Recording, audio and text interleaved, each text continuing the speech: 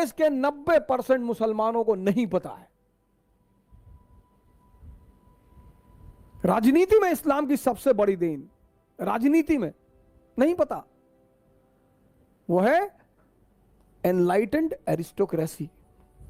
ये इस्लाम की सबसे बड़ी देन है, एनलाइटेंड एरिस्टोक्रेसी। और इसमें दो नाम इतने महान हैं, एक अल हारून और दूसरा उसका बेटा अल मामून। सर पढ़िए कभी इनके बारे में। 90% मुसलमान औरंगजेब का नाम जानते हैं, इन लोग का जानते ही नहीं। औरंगजेब बड़ा बढ़िया आदमी था, चच्चा थे तुम्हारे ना। भाई साहब वो महान आदमी था, हाँ बहुत महान था। एक बार आसमान में से उंगली डाल के छेद कर दिया था, वो बाद में नासा वालों ने भरा। ये इन्होंने एक डिपार्टमेंट बनाया सर बगदाद में, बैतुल हिकमत। पर मुसलमानों से कुछ बोल दो, नाराज हो जाते हैं। संगी है, संगी संगी संगी है ये। हाँ, बैतुल हिकमत सबको बुलाया सर, पूरी दुनिया के विद्वानों को। ये इस्लाम की राजनीति को सबसे बड़ी देन है।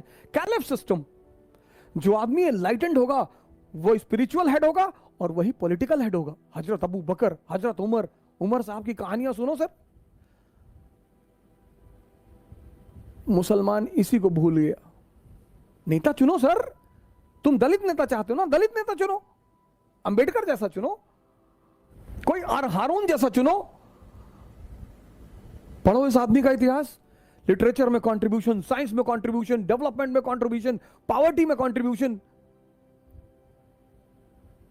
नहीं नहीं, वो आरएसएस वाले जो है मुसलमानों के पीछे 2014 में आए, 2014 में आए। उससे पहले की कंडीशन देख लो, सच्चर कमेटी की रिपोर्ट। अरे नहीं, वो आप नहीं समझ पाएंगे।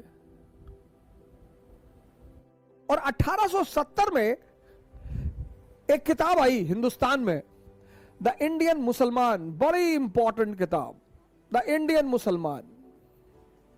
और इस किताब जो है, इस किताब ने कहा कि 80% मुसलमान इस देश में पिछड़े हुए हैं, गरीब हैं। 80%। 1870 में तब तो आरएसएस नहीं थी, तब तो मोदी नहीं था, तब तो बीजेपी नहीं थी। 1206 से लेकर 1707 भारत में राजा कौन है? मुसलमान। इल्तुतमिश, बलबन, अलाउद्दीन खिलजी, मोहम्मद बिन तुगलक, फिरोज शाह तुगलक, बाबर, हुमायूं, अकबर, जहांगीर, शाहजहां, औरंगजेब।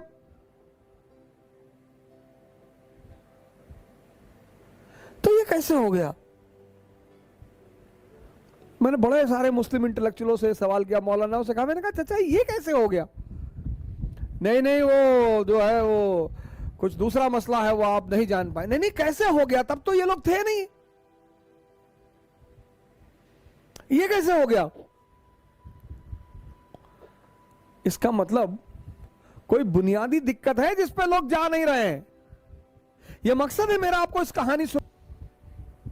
यहां पे तो सर मुसलमान शासक हैं, फिर 80% गरीब पिछड़े। क्यों? कोई तो बुनियादी वजह होगी सर। इतना बड़ा ये बिंदी देख रहे हैं, इतना बड़ा इजराइल और इतना बड़ा अरब वर्ल्ड।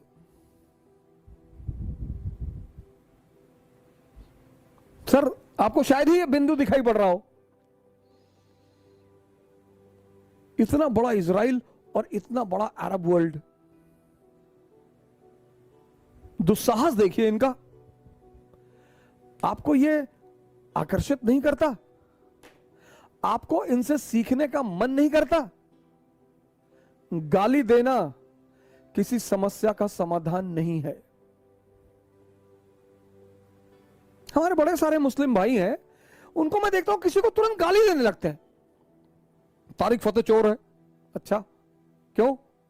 वो आर्रा का एजेंट है, अच्छा हिंदुस्तानियों का एजेंट है, तो क्यों नहीं बहस करते उससे जाकर? करो,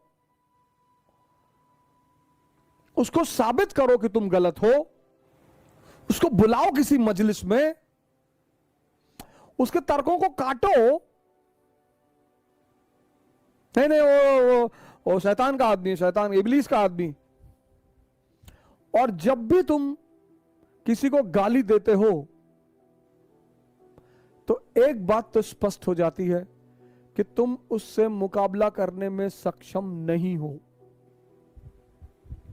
Whenever you are abusing someone, then it is explicitly clear, explicitly, that you are not in a situation to compete with that person.